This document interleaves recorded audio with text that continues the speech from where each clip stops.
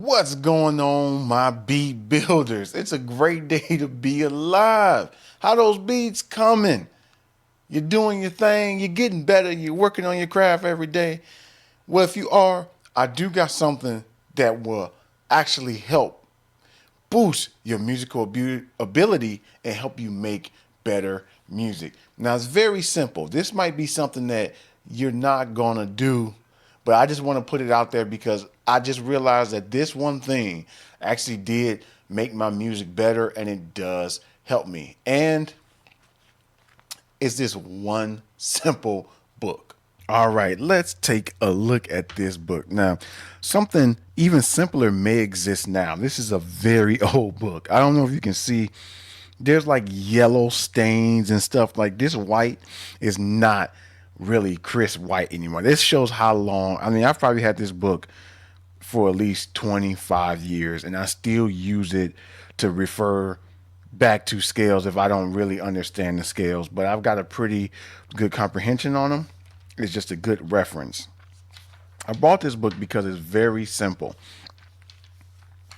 Now, if we start right here, it just breaks down major scales and minor scales of how you construct the scales. So it just goes through a very simple explanation of the whole step, half step system.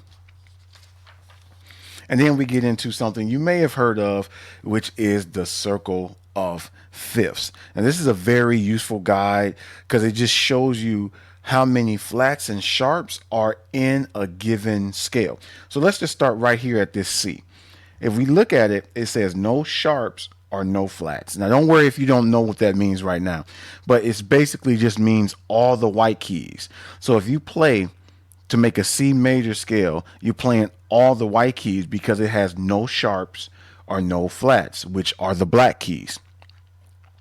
And if you look here in the circle of fifths, it has a small letter A. So that means it corresponds to the minor scale of A. So if you were to start at A and play no sharps and flats, only the white keys, you will have A minor. So right there, you should be able to at least make two scales: the C major scale, the A minor scale. And if we just to show, if you go over right here, this is G major, E minor, and you can see it only has the F sharp. So when you're playing the scale, you know you're on the right path. If every time you get close to F, you play F sharp instead of the F. Again, you don't need to really know sharps and flats if you're not trying to get into it. You can, the book does explain this in the book. So if you read through it, you understand. So this is one of the favorite things I liked about the book is it shows me visually the names of the scales and how to play them and the notes. So it just tells me what is in the scales. It has all the scales here. You flip through. So when I first started making piano, I say, hey, I want to try something different. I want to make, let's say, an A major beat or an F sharp minor beat. I would just go here, look at the notes, and then only play those notes in the scale. And it was very simple to understand. As you can see, we keep going. Scales, just scales.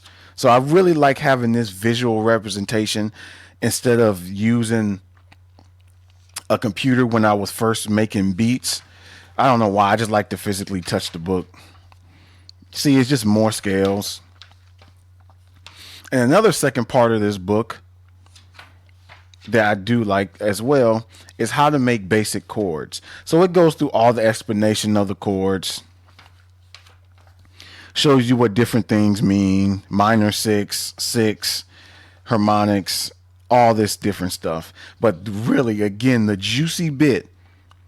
Now, if we look at it, so we see C chords, major, minor, augmented, seventh, ninth, major ninth.